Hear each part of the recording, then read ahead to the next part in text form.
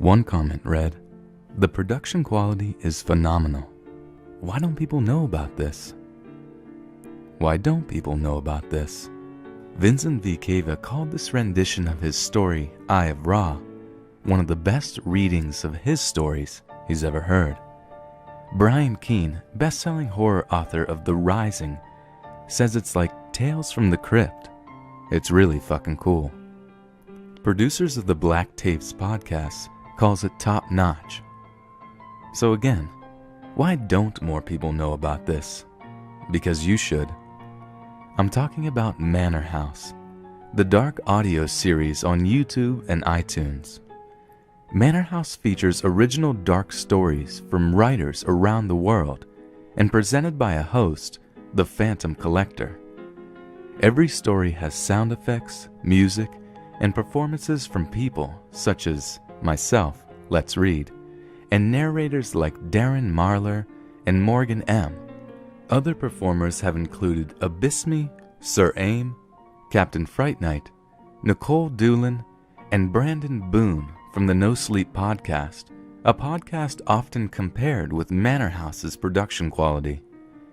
Manor House is also a paying market for new writing submissions. The next one opens this spring, 2016. They also feature exclusive interviews with their authors. The Manor House website even has a free membership where you receive stories not featured on the show. Members also receive free access to their upcoming illustrated anthology, Gathering Dark. Check out manorhouseshow.com. You can also follow them on Twitter at Manor House Show, like their Facebook page, follow on Instagram and Tumblr. The list goes on. This is why I'm pleased to present one of Manor House's original stories here on Let's Read. Do yourself a favor if you haven't already. Subscribe to Manor House's YouTube channel right now or right after you listen to this story. Now, here is Manor House's presentation of the story, Snowbound, by author Joseph Rubus. Enjoy.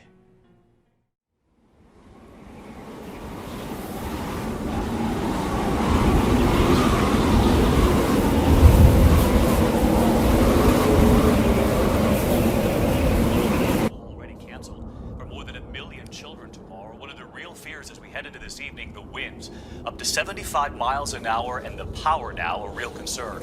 Meteorologist Rob Marciano in Boston tonight, where authorities are urging everyone to take these blizzard warnings seriously. Tonight, blizzard warnings posted from New Jersey to Maine.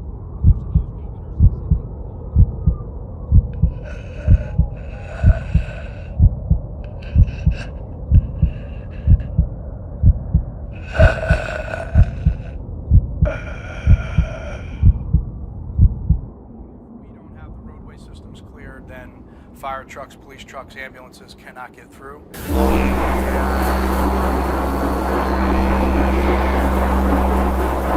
So the biggest problem you have on a night light tonight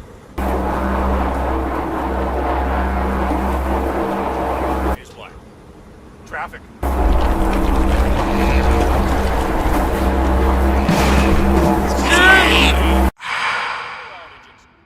Electricity to spark the furnace, that means no light and no heat, potentially for days, in what is life-threatening cold. David? All right, Rob Marciano with the light still on behind him.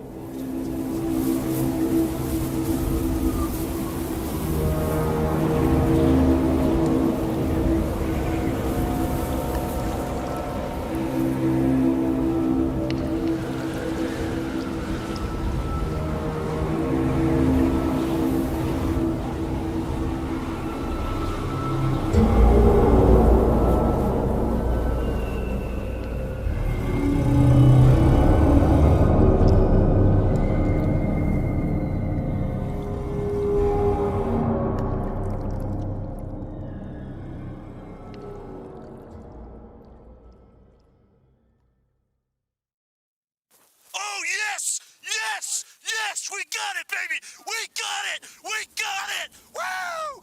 Woo! We got it! Phil Gardner waited 3 minutes before turning the TV off. He would have done it sooner, but one of the Weather Channel's field correspondents was dancing and hooting on a Boston street corner because it was thundering as it snowed, and Phil couldn't bring himself to look away. Oh, again! Again! That's a twofer! That's a twofer, baby! Yes! When it switched back to the studio, however, he quickly lost interest. He knew what they were going to say. 6 to 18 inches over the next 2 days, then another possible 4 to 6 on Friday. You can have your $500 million jackpot in Powerball or whatever the heck it was, but I'll take this, baby! Phil didn't know about that, but he did know that the snow was already nearly halfway to the first-story windows. If it kept on, they'd be buried. Literally, buried. Phil wasn't claustrophobic, but the walls were beginning to close on him, nevertheless. Of course, that could have been simple cabin fever.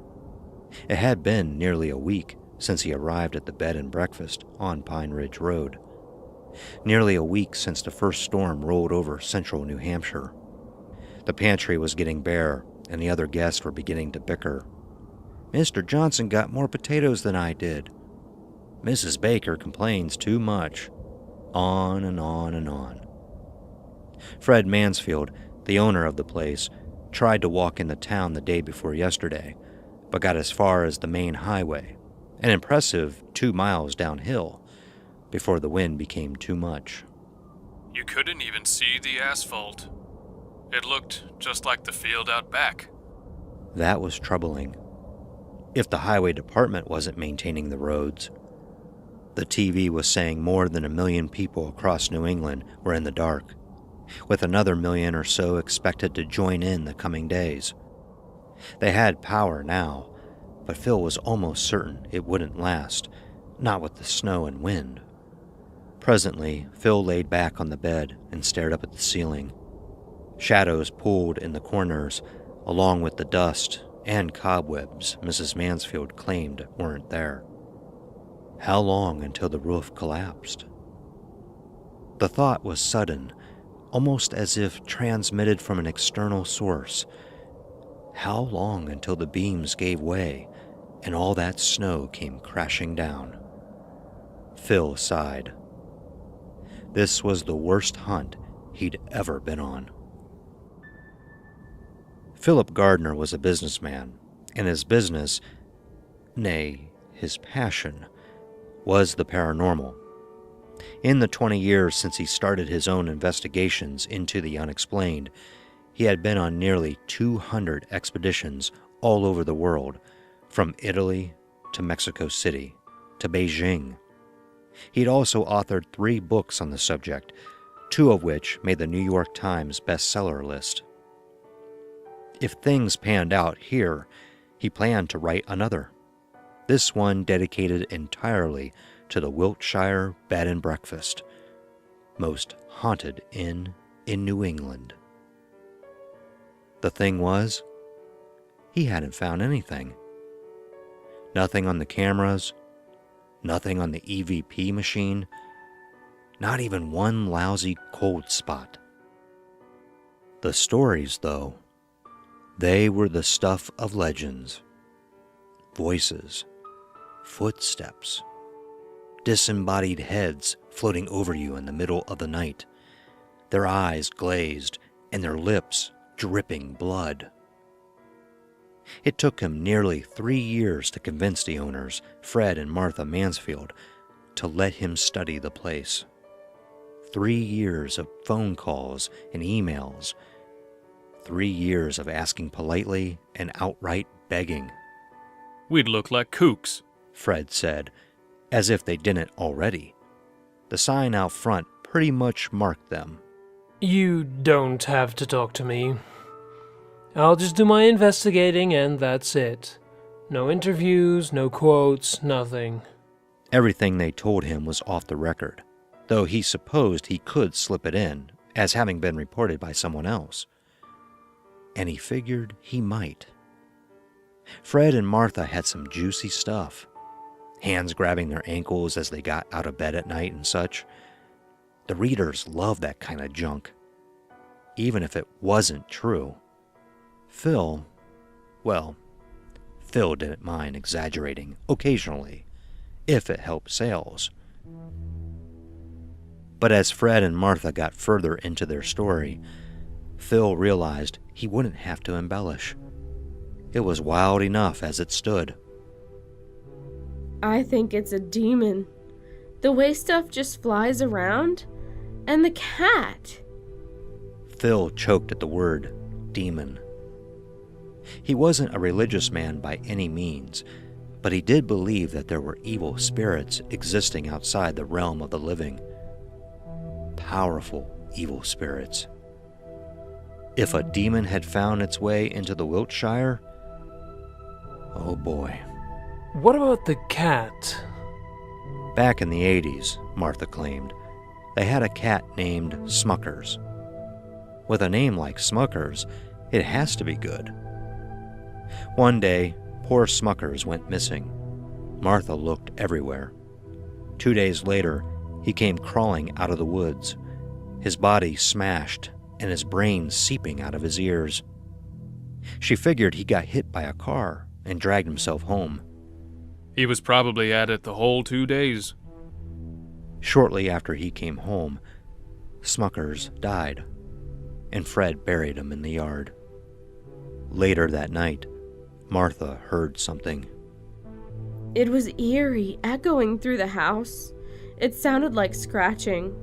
Scratching. On the back door. When she opened it, Smuckers was there, one of his eyes hanging on a stalk of nerves. He meowed, and it was the strangest thing. His voice was really deep. The first thing the cat did was try to attack her foot. Fred jumped in, squishing his head, but he still kept coming. Finally, I grabbed him by the scruff of his neck and took him outside and burned him in the fire pit. I think a demon got into him. Phil doubted the story, though his doubts had their own doubts. Demonic possession happens, yes, but it's rare. Demonic possession of a dead thing, well, that was rarer still. Some in the field believed that a corpse was simply an empty vessel that a demon, if powerful enough, could inhabit. Phil knew people he trusted, who had all sorts of wild stories about demonic possession. He believed them. He had just never seen it himself. If there were a demon, however, Phil would have known by now. As far as he was concerned, there was nothing to work with here. He would have packed up and gone home 4 days ago, but that's when the first storm blew through, cutting the Wiltshire off from the outside world. Sighing, Phil sat back up and rolled his neck.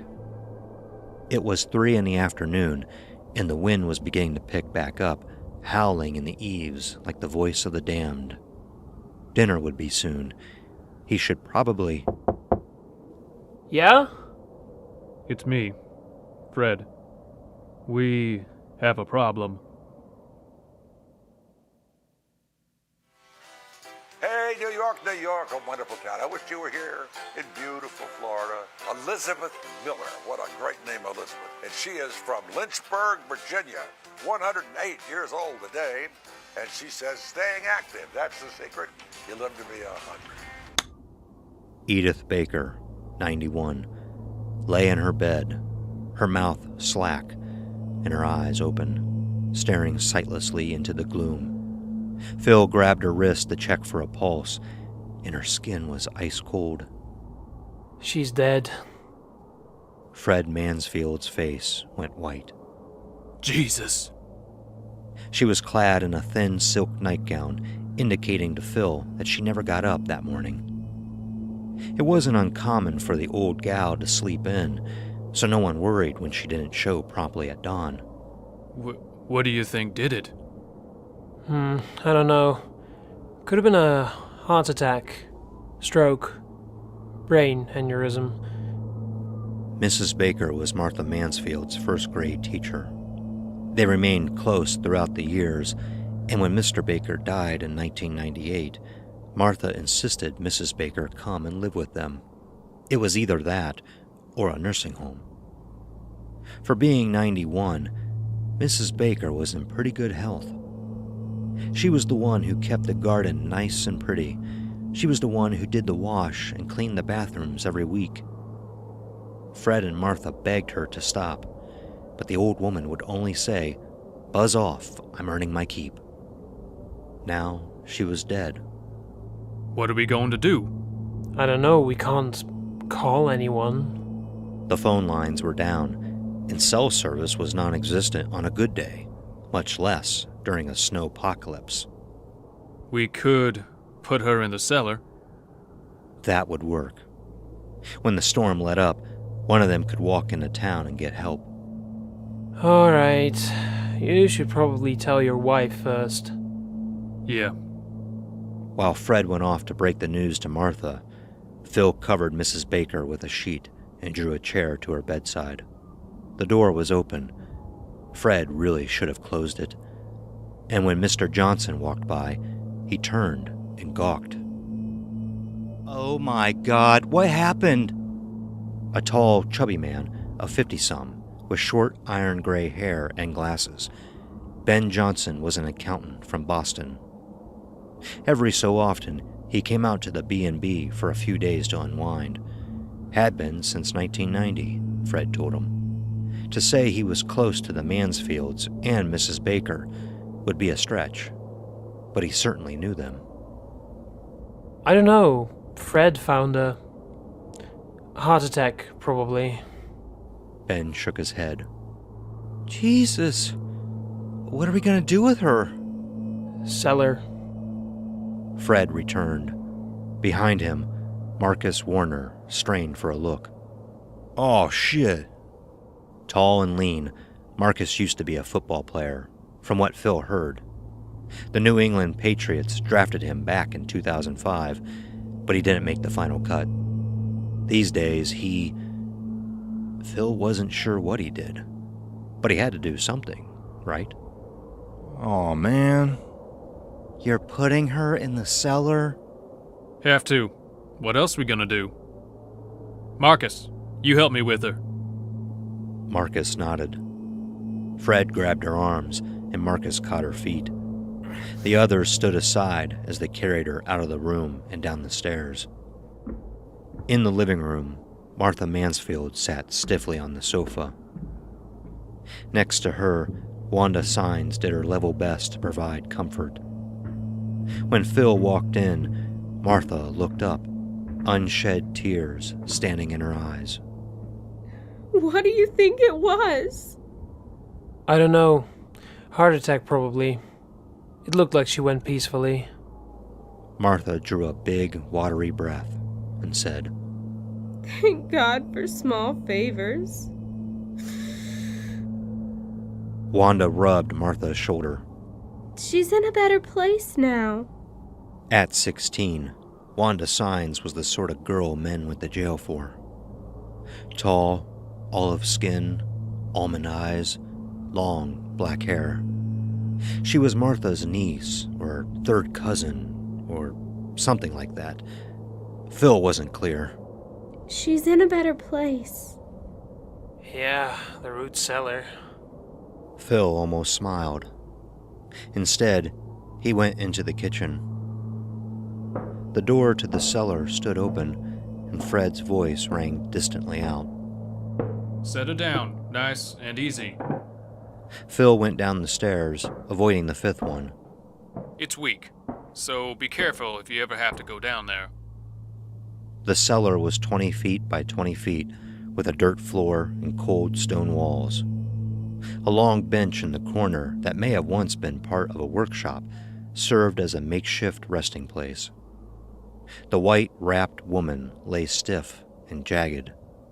Fred, Marcus, and Ben stood around, the former two huffing and puffing. Apparently, she was heavy. She should be fine in here. When this storm blows over, I'll go into town. I could go now. It's too windy. You'll never make it. It's only 4 miles, right? I can do that easy. I don't think you can. Hell, I don't think anybody can. I can. Fred looked at Phil. If he thinks he can make it, better that than leaving her down here. He thought, but didn't add. All right. Back upstairs, Phil sank into one of the kitchen chairs and watched as Ben started a pot of coffee. They were down to their last couple rounds. They still had plenty of cocoa, though, so that evened out. This is a nightmare. You can say that again. Through the window, over the sink, whiteness prevailed. You think he can really make it? Phil opened his mouth to reply, but stopped. He didn't know. Marcus was young and strong. If anyone could make it, it would be him. I hope so. When the coffee was ready, Ben poured some into a mug and sat it on the table in front of Phil. He poured another 2 mugs and went into the living room. When he came back, he said, Mrs. Mansfield's taking it better than I expected. That's good. The last thing we need is someone going into hysterics. Yeah, I wouldn't blame her, I guess. Mrs. Baker was like a mother to her. I wouldn't either. But we have enough on our plate. Just then, Fred and Marcus returned. Marcus, dressed in a faded maroon snowsuit and a black ski mask. He sat, and Fred started attaching his snowshoes to the bottom of his boots. That looks uncomfortable. It ain't too bad. Now, when you got all your gear on, and you're playing in the heat, that's bad. Done, Marcus stood up and dragged himself through the living room. Fred, Phil, and Ben followed. At the door, Fred clapped Marcus's shoulder. Be careful out there. If you don't think you can make it, come back. All right, If you aren't back by... I'll be back. I promise you that. He opened the door and a cold gust blew in. Then he was gone.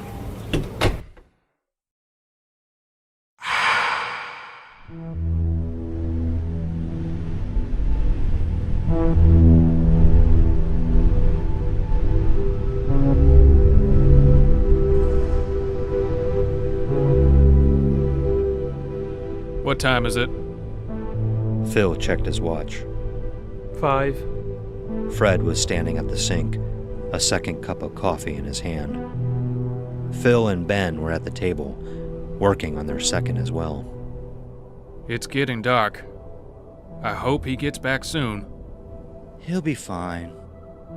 Blacks were bred for hard work. Fred and Phil both looked up at him. It's true.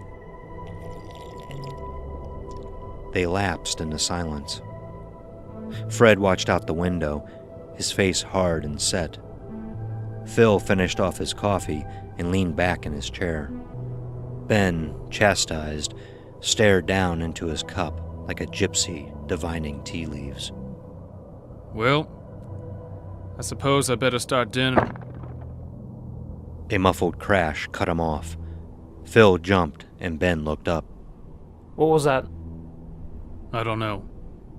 It sounded like it came from... Shit! What? Fred shook his head. I think the bench collapsed. The one Mrs. Baker's on. It dawned on Phil. It had looked a little aged. It wouldn't take much for it to go, especially factoring in the nay supernatural heaviness of dead weight. An image of the old woman, wrapped in white, lying amidst splinters and broken boards, flashed across Phil's mind. Fred, what was that? Fred licked his lips. Nothing. Martha didn't press the matter. We better go see the damage. Phil got up. Ben started to say something, but closed his mouth and went back to looking into his coffee. Phil went over to the cellar door and opened it. A cold blast washing over him. The light was on. He remembered turning it off. What's wrong? I could have sworn... A shadow flickered across the wall, followed by a shuffling footfall. Phil froze. What? The shadow grew smaller and denser as the source drew near. Between the ceiling and the banister, Phil caught a quick movement, and Mrs. Baker appeared. Jesus Christ!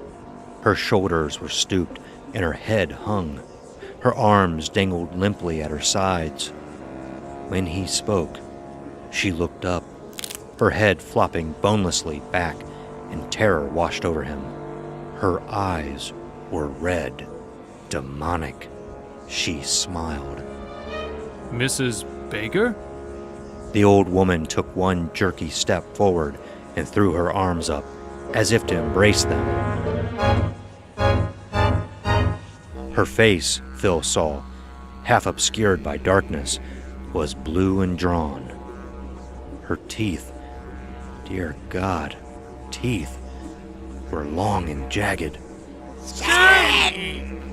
Phil panicked and slammed the door, throwing himself against it. What? Mrs. Baker. She's alive. That wasn't Mrs. Baker. What do you mean it wasn't Mrs. Baker? Martha and Wanda had appeared in the doorway. What's wrong?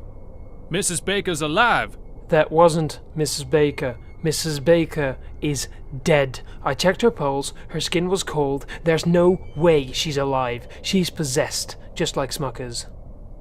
Smuckers? But that was just a scary story. What? We made it up. You lied? Embellished. We had to say something. Phil sagged against the door, dark realizations breaking over him. You invited it in. What? Demonic spirits existed outside of humanity, in the ether, in the darkness. However, there were ways to bring them into the world. Ouija boards, seances, claiming a demon you didn't have, creating a role, an empty role, a role something could fill. You opened a door. You invited it in. Fred's face darkened. I've had enough of your new age psychobabble. Get the hell out of my way. Fred, listen to me. Fred pushed Phil aside. Fred! Fred opened the door. And Mrs. Baker was on him, her long, bony fingers digging into the sides of his face as she bit his neck. Martha screamed. Ben jumped up from his chair. Fred wailed as Mrs. Baker tore out his throat. He thrashed and pounded his fist against her head and back, but she continued unfazed. Phil was frozen. He couldn't move. Oh my God! Yum yum, Freddy! She let go of Fred, and he toppled back. His face was almost completely white. For a moment, the ghoul stood where it was, licking the blood from its blue lips. Realizing there were others, she moved towards Martha, but Phil came to life. He grabbed her by the collar of her gown and yanked her back, almost unbalancing her. She was strong. She ripped free of his grasp and turned on him. More me! She fell on him, but he was quicker. He spun with her and shoved, sending her flying down the cellar stairs with a sickening crack. She was up in an instant, her neck twisted and broken. Phil slammed the door shut and threw himself against it. Martha and Ben were kneeling over Fred, Martha sobbing. Fred's eyes were open, but he struggled to breathe. His neck was ruined. Blood was everywhere. Jesus Christ, it looked like Busch Gardens in hell. Give me a chair. Ben pushed a chair over, and Phil caught it. Just as he shoved the back under the doorknob, it turned. Phil backed away. The knob rattled and shook. Shuddering, Phil wiped his hands on his pants. He touched it. Jesus Christ, he touched it. Fred! Phil looked back at Fred. He wasn't going to make it, even if they could just call 911. And then, at the door, the knob was rattling. The Edith Baker thing was trying to get out. I can smell your penis. I want it. Phil swooned. This couldn't be happening. It couldn't.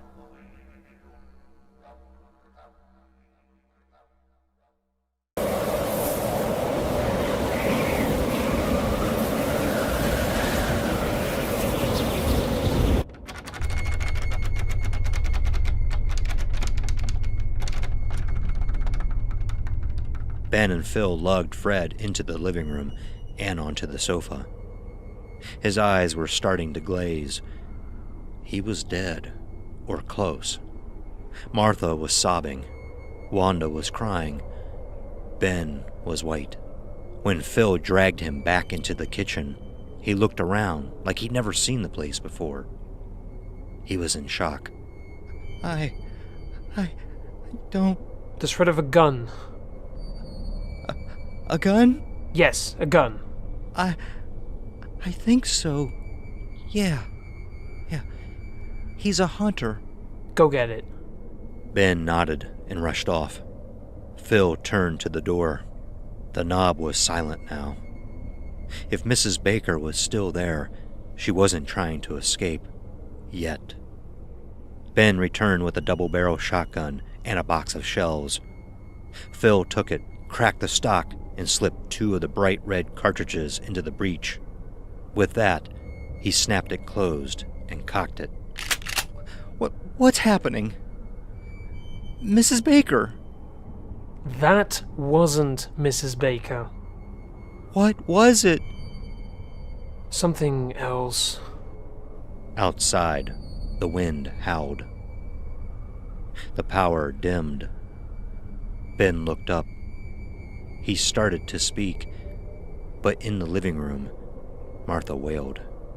Fred! Fred was most likely gone. Listen to me. I want you to take Martha and Wanda upstairs. Your room, my room, whatever, just lock the door. Put a dresser in front of it. Make sure nothing can get through, okay? Okay. Good. The power went out at 7:21 p.m. Eastern Standard Time on February 17th, 2015.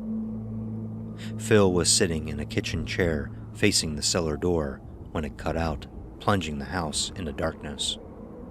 Outside, the wind moaned. Phil's grip tightened on the gun. Fred Mansfield lay still in the living room. Phil didn't like having his back to the man, but he doubted he'd rise. For the most part, the house was quiet. Ben and the women were upstairs still, and the doorknob hadn't moved in nearly a half hour. Let me out! Let me out! I want to eat your skin! It wasn't coming from behind the cellar door. It was coming from the middle of his own head. Let me out, Phil! Let me out! No! The demon banged on the door, shaking it in its frame. Let me out! Let me out! Let me out! He hoped Marcus got back soon. Marcus is dead! Shut up! The back door blew open, slamming against the wall. A swirl of wind-driven snow danced into the kitchen. Just the wind, Phil told himself, as he tried to calm his racing heart. He got up, closed it, and came back to the chair. He was just sitting down when a sharp, echoing knocking filled the house. Marcus. Phil got up and went to the door. I hope to God he found help. He unlatched the door, and the wind ripped it out of his hands. Phil's relief evaporated. Marcus was hunched over, as if under a great weight. His black face was crusted with ice and flecks of snow, and his eyes were the color of blood. Told you I'd be back. Phil screamed and brought the gun up. Marcus moved to knock it away, but he was too slow. Phil fired. The Marcus thing staggered back and went down. Phil slammed the door and latched it again. When he turned, he nearly screamed. Fred, his shirt and gaping neck, caked with blood, was standing behind him. His face slack and his eyes red. The cellar door slammed open, and Mrs. Baker appeared behind him. So hungry. So cold. Phil raised the gun and fired.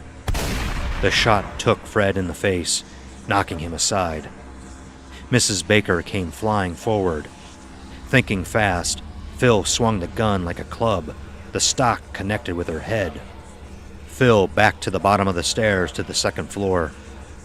Mrs. Baker was getting to her feet, her head split and her brains falling out. Fred was already on his feet again. His head was obliterated. Marcus pounded at the front door. Give us your skin. Give us your heads. Phil bolted up the stairs. At the top, he slipped 2 more shells into the shotgun. Fred and Mrs. Baker were at the bottom of the stairs now. Phil aimed the gun, but before he could fire, Wanda Sines leapt from the shadows, knocking the gun away. Dad! Phil elbowed her in the face, knocking her against a wall. Frantic now, he grabbed the shotgun and brought it around. The first shot took her in the stomach, leaving a giant red crater. The second decapitated her and flung her down the stairs. He tried to load the gun again, but the shell dropped from his trembling hands and rolled away. Martha Mansfield and Ben Johnson appeared from the darkness. Shit! Ben came toward him, his arms outstretched, and Phil swung the gun, striking him in the temple and knocking him back. Martha hissed and threw herself forward. Phil ducked around her and swung the gun, hitting her in the back and driving her to her knees. There was nowhere to go. He was trapped. They were all in the hallway now. Marcus, Fred, Mrs. Baker, Wanda, Ben, Martha. Their eyes glowed crimson, and their fingers clutched. Marcus chuckled, and Martha growled. God help me. He tried to load the gun again, but they were on top of him. He threw it into the crowd and ducked into Mrs. Baker's room. Inside, he slammed the door, locked it, and leaned his weight against it. He was breathing so hard, he was lightheaded. He looked hysterically around for a weapon. Something. Anything. The window. They were at the door now, pounding, and he fought to keep his balance. It wouldn't hold for long. God help me. Moving quick, weasel-like, Phil went for the window. The door crashed open behind him.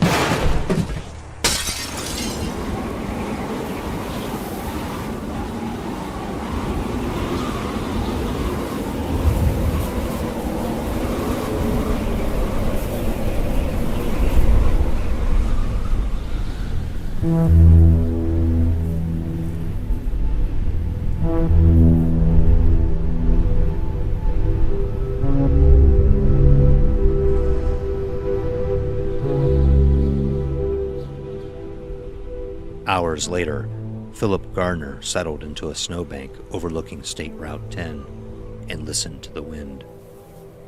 He wasn't cold anymore. In fact, he was warm. The terror, too, had gone, and right before he closed his eyes and went to sleep, he couldn't remember why he was so afraid in the first place. After all, it was only snow.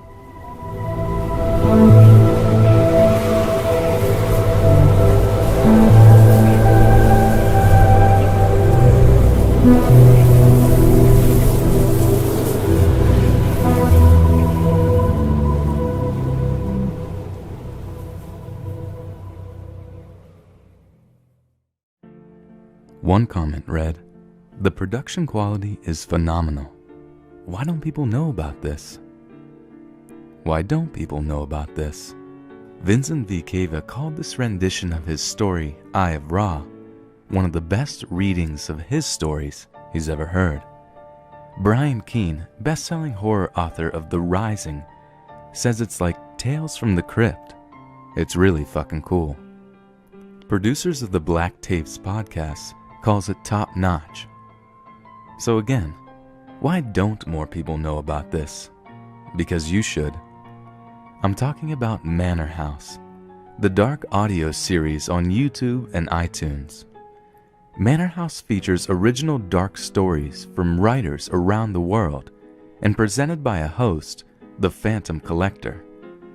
Every story has sound effects. On Twitter, @Manor House Show, like their Facebook page, follow on Instagram and Tumblr, the list goes on.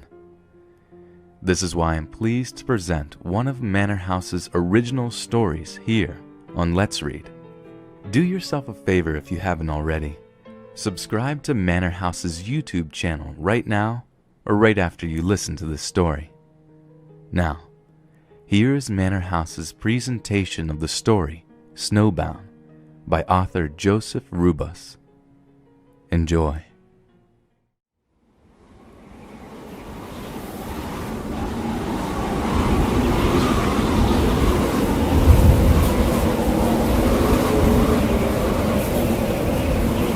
Already canceled. For more than 1 million children tomorrow, one of the real fears as we head into this evening, the winds up to 75 miles an hour and the Music and performances from people such as myself, Let's Read, and narrators like Darren Marler and Morgan M. Other performers have included Abysme, Sir Aim, Captain Fright Night, Nicole Doolin, and Brandon Boone from the No Sleep podcast, a podcast often compared with Manor House's production quality. Manor House is also a paying market for new writing submissions. The next one opens this spring, 2016. They also feature exclusive interviews with their authors. The Manor House website even has a free membership where you receive stories not featured on the show. Members also receive free access to their upcoming illustrated anthology, Gathering Dark. Check out manorhouseshow.com. You can also follow them on power now, a real concern. Meteorologist Rob Marciano in Boston tonight, where authorities are urging everyone to take these blizzard warnings seriously. Tonight, blizzard warnings posted from New Jersey to Maine.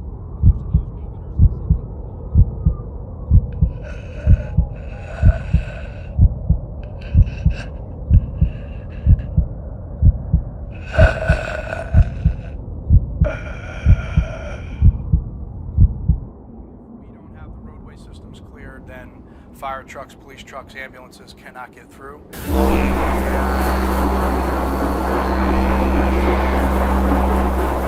So the biggest problem you have on a night light tonight is what? Traffic.